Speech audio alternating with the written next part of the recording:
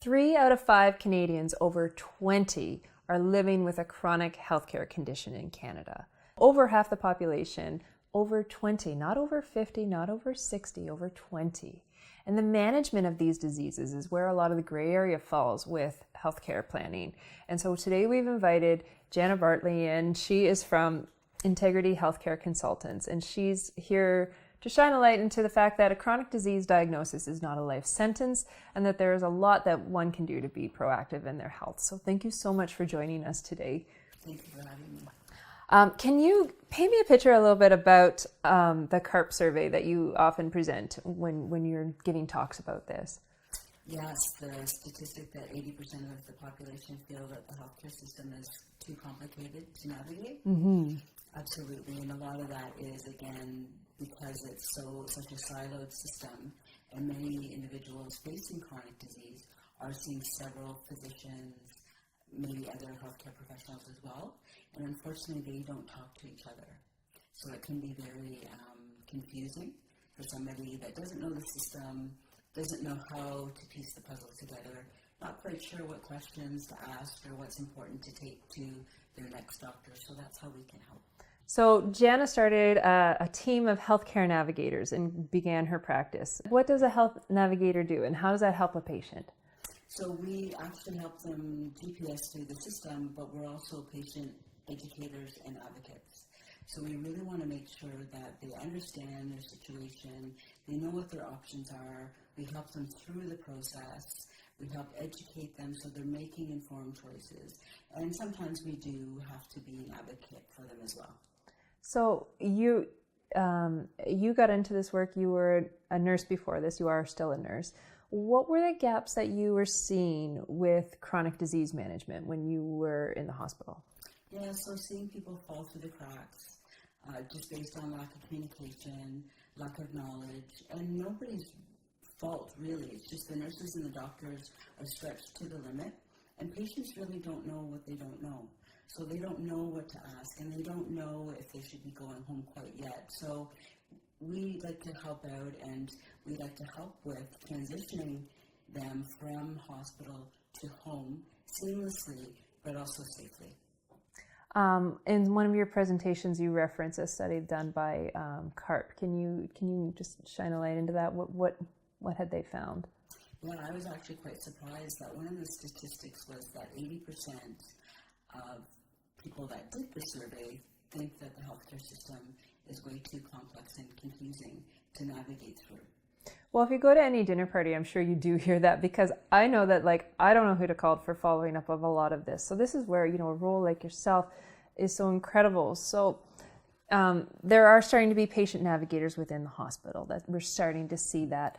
But what is the extension of what you do, and what value can you provide to somebody who's suffering with chronic disease? Mm-hmm. So the patient navigators in the hospital, they do a great job, and part of their job to do is to get people ready for discharge. Unfortunately, after the discharge takes place, there isn't any follow-up, and many of these complex cases need to have follow-up at home. How is the medication going? How are the safety options in the home? Do they need home care? These sorts of things that really all of this is falling back onto family members who really aren't sure where to go or what to ask or who can help. I know that, all of a sudden having families go through a health crisis, and all of a sudden everyone has to be an expert. And there's no time to be an expert on these things. So having that neutral party come in with a health navigator, it can be so instrumental. And these diagnoses are not always happening in the hospital. Sometimes you're having that diagnosis of you're living with diabetes now. What are those next steps? So oftentimes I think people accept that as their fate. And yes, they are living with a chronic disease, but there are a lot of manageable steps or manageable influences around that. So how do you help patients unpack that? When they get this diagnosis, they're in complete overwhelm. What happens next? Mm-hmm. No, and that's a great example, diabetes, because it is a chronic disease, but it's very, very treatable. But if it's not treated, it can really contribute to major health issues, what we call comorbidities. And that could look like hypertension, a person could develop cardiovascular disease, or there could be obesity. So there's many different things that we can work on and help them with to try to keep that disease manageable and sometimes even improve it. So what we like to create is a comprehensive care plan or action plan for them. And it's all customized based on that one individual and what their goals and objectives are. So, okay, so walk me through an example then. So say we were dealing with diabetes. So I'm now living with diabetes, and you're going to create a comprehensive healthcare plan for me. What are the kinds of things that you're going to run through with me? So to explain to you how important it is to follow up with your physician who's managing, or your nurse practitioner who's managing your blood glucose levels, that you are checking your blood sugars and trying to eat a diet that is compatible with diabetes, but also educating you and making sure that you know why it's very important to be compliant as a diabetic. So you're not looking at future comorbidities and more chronic, complex healthcare issues. Like, I think my impression is anyways, is that, when you have this diagnosis, not too long ago when we went to see our doctors, the doctor's word is gospel. And the doctor is a highly educated person we should show that reverence to that person. But it was sort of like, we have this, I now take this drug, and this is my life. That's not the case, right? Like, what are the other things that people can explore, when it comes to managing chronic disease, and how do you help them walk through that? And people have to know that doctors are very stretched to the limit. And basically, for a doctor's appointment, you're given 7 minutes. And that 7 minutes. And that's to ask any questions, for your doctor to do an assessment, potentially make a diagnosis, and decide what to do. So do you go see a specialist? Do they order some diagnostic testing? Or do they say, things seem fine, come back and see me in a month? So that's 7 minutes allotted. And what a lot of people don't understand is that physicians typically triple book their offices. So that means 2 other people have the same appointment time as you. And there's justification around that to a certain point, because sometimes patients don't show up, or maybe they've been admitted to hospital. So physicians do that, but a lot of times as well, that's why when you go into a doctor's office, there can be a substantial wait to see that physician. But they can't manage your chronic care adequately. They just don't have the time. They just don't have the resources in their office to do that. So realizing that the physician's time is strapped, and this isn't to poo-poo physicians, this is the reality we're working with right now. So if I am suffering from a chronic illness and I want to be more proactive and I want to get a handle on what has just, I've just gotten hit by a truck essentially, right? With all of this information overload, I have a new diagnosis that I'm living with. What do I do next other than, go hide under the covers? Like if I'm in this situation, I'm in complete overwhelm. How do you get somebody out of that shock and get them into action? And that's almost like the patient has to be their own cheerleader. They need to get proper information. They need to know what they have to do to be a compliant patient and a good historian, because this can be something that they're going to have for years and years to come. So they really need to be proactive, and they need to get empowered and engaged in their own healthcare. And what particularly concerns us about health practitioners is that there's a lot of people who don't even have family doctors, that they're being cared for through clinics. And that's really, really dangerous, especially if you do have a chronic illness. You really need to get a family doctor, somebody that you can go see consistently, albeit only for 7 minutes, but at least if it's a blood pressure issue, they're taking your blood pressure. If it's a blood sugar issue, so there's consistency there, and that's very, very important. So what is the current climate right now for that? If somebody doesn't have a GP, like there was a while where good luck finding one. Is it gotten better now? I don't really have a sense of where things are at for getting a GP. So a good resource is going online to the College of Physicians and Surgeons website, and they have a spot there that says find a physician, and based on your geographics, they will let you know what physicians are accepting new patients. are the dangers of just hopscotching through the system like that? So of like, oh, something spiked in my sugars or whatever, of like inflammation of this, or what is the danger of just going into walk-ins and having that inconsistent person treating you? Falling through the cracks, no consistency. And just, so for example, I know a woman who had high blood pressure. She was going to clinics, didn't have a family doctor. She ended up having a stroke. Well, that's sobering. And she was in her 40s. Oh my so goodness. It's really important also too not to take into consideration your age. Unfortunately, we find that there's a lot of individuals now in their 40s and 50s dropping dead with heart attacks just based on increased stress, anxiety at work, trying to be a caregiver to a family member. They're just not looking after themselves. So we're really trying to encourage people to get a handle on what their health is like. Statistics show us that 50% of diabetics have no idea that they're pre-diabetic. Wow. Studies also show that 50% of people on medication don't take it properly.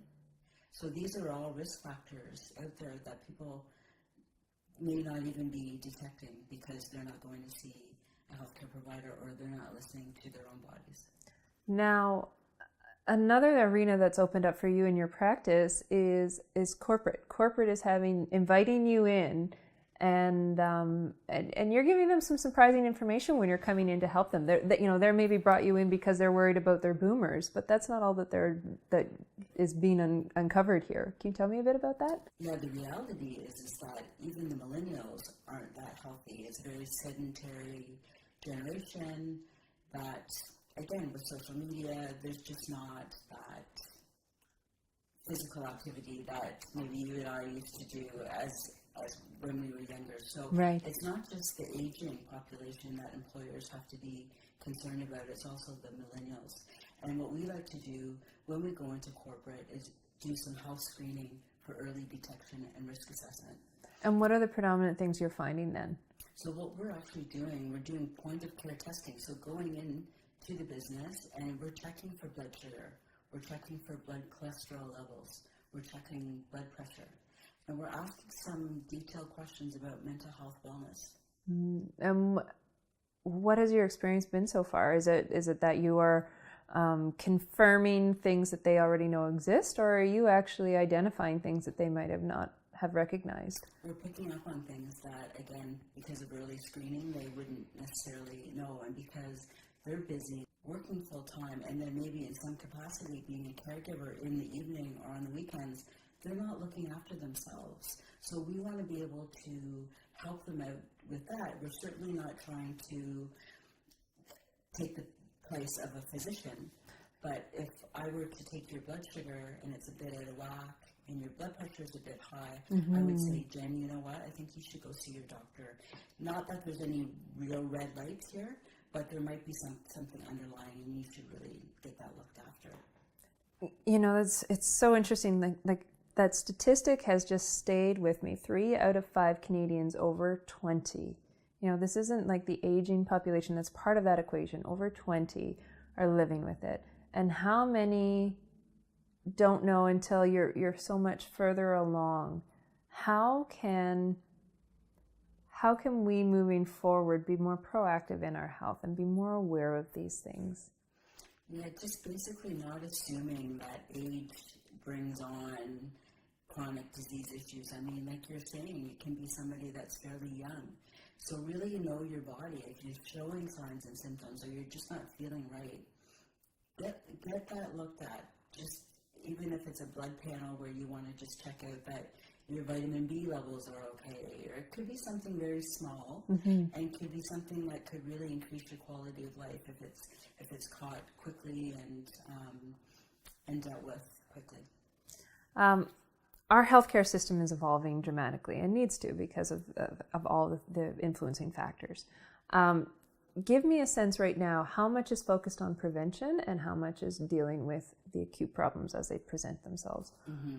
Yeah, the statistics are unfortunately not very good. 98% of healthcare dollars are focused on reactive. So hospital spending, administration fees, all those sorts of things. 2% is spent on prevention. which really is not enough, because we really want to prevent people from getting ill. We don't want to always be that acute care setting where we're dealing with things reactively and to the best that we can, and sometimes the results aren't always the best. 2% on prevention.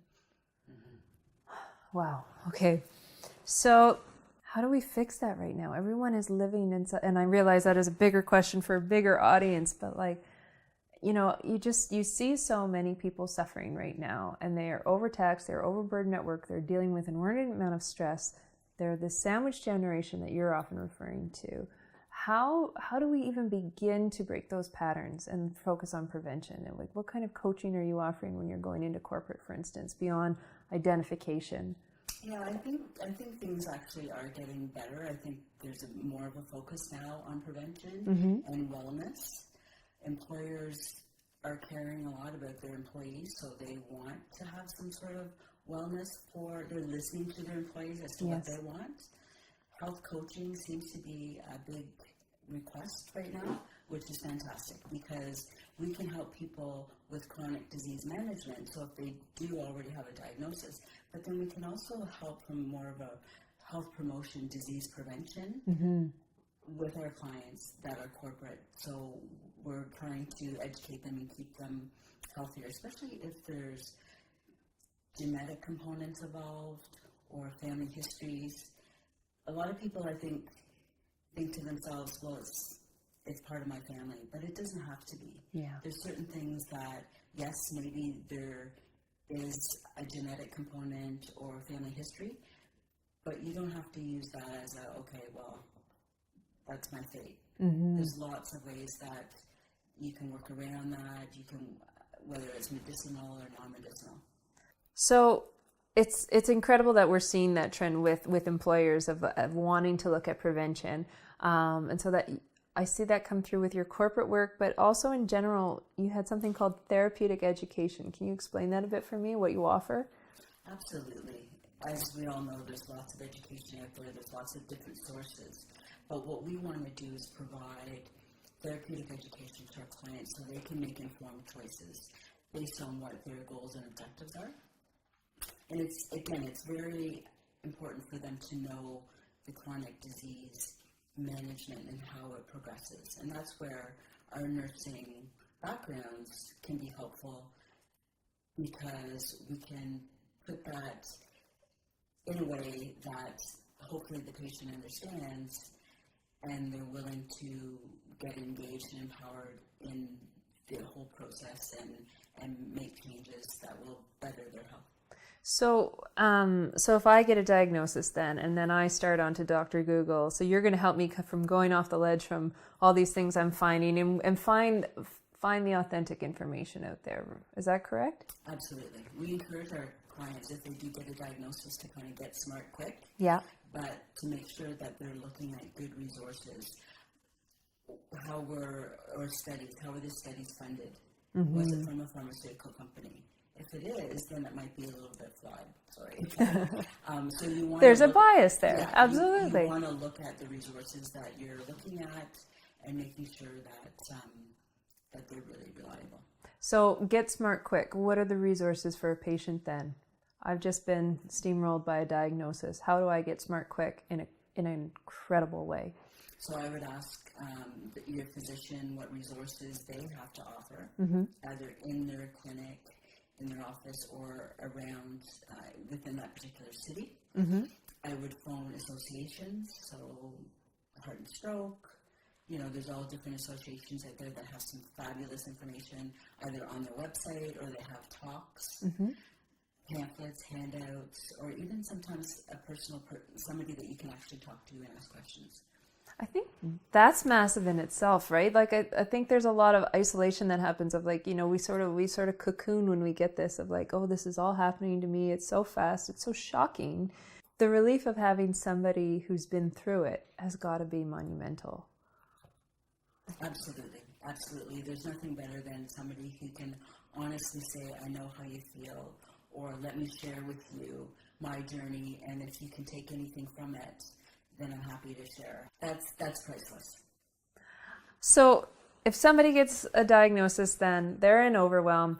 Call the associations. What other things should they be looking for? Because a big thing that I've heard as we've interviewed for this is, I didn't know what I didn't know, or I didn't even have an idea of what to ask for. How do you get a patient back in the driver's seat of their health and get them on the right path to finding out more?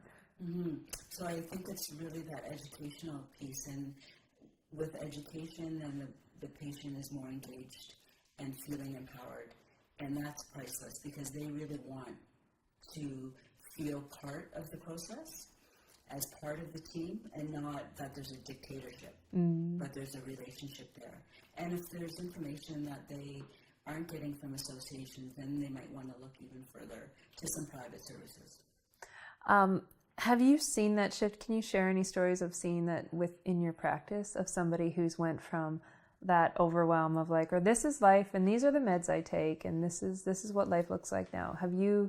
When have you seen that shift in your practice of somebody getting a handle on things?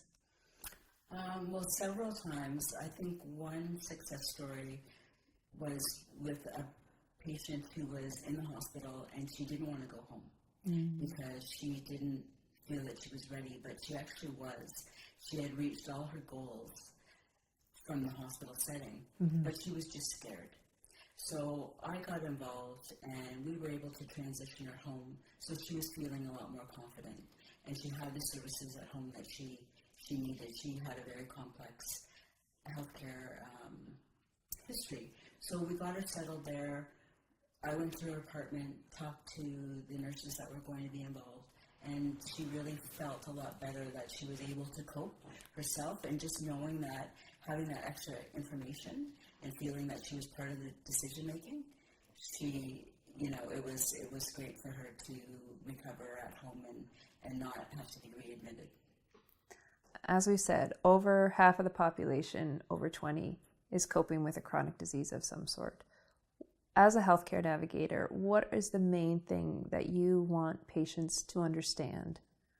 Just that even despite their age, chronic diseases are and can be very manageable, that they should be willing to think outside the box and working with a proper person that will allow them to get the education that they need so they can make choices that are right for them. Treatment for chronic disease isn't always so linear. Sometimes patients have more than one illness that they're coping with. What opens up in a case when those are the circumstances? Yeah, and that's the problem. Our system is so siloed. So figuratively, if for every body part you have, you would go to see a different doctor for each one. And unfortunately, they don't talk to each other. So the patient has to either hire somebody to try to coordinate and put together that puzzle, or they have to do it themselves. And they need to know what information needs to be provided to each doctor.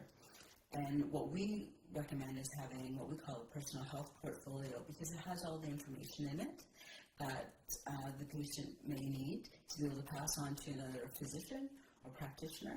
And from that, we suggest that they have what we call a Cole's Notes version. So it's just a one-page of everything very important to their health, so medications, diagnoses, any kind of procedures that they've had, and that they make sure that every doctor has this Cole's Notes version, because then they have updated information, it's concise, it's clear, it's right from the patient, and they're more apt to look at that than they are to look through a chart, because it saves them time.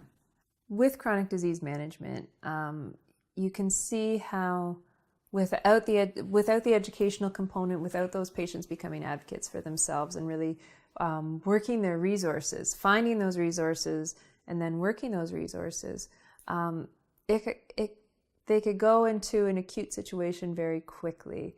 What does it save? What does an ounce of prevention save the system of keeping those people out of hospital beds? Like you had statistics before talking about what those hospital beds cost. Yeah, no, it can be huge. Firstly, for the patient, it can be a huge psychological issue if something acute happens. In terms of financials, I mean, the hospital per day, you're looking at $850 for just a regular bed. That doesn't take into account fees for the staff, diagnostics. There can be a potential huge savings, and that's why we're hoping that a lot of the focus now will be more on prevention as opposed to just reactive care.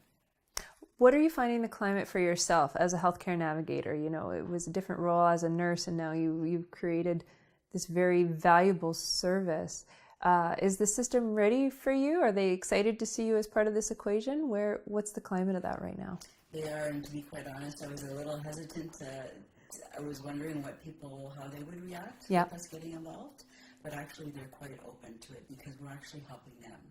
So not only are we helping the family, we're also helping the hospital if they're in the hospital. We're helping external resources. We're helping the physicians. So we've actually had physicians say to our clients, it's a very good idea that you're using a Navigator because they're so complex. Oh my goodness. Well, it's an interesting portrait of the shifting tides right now.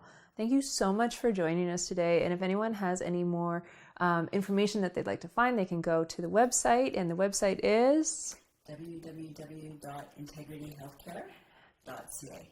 And we'll link that up in the show notes as well. So thank you so much, Jana, for joining us today. Thank you for having me. I appreciate it.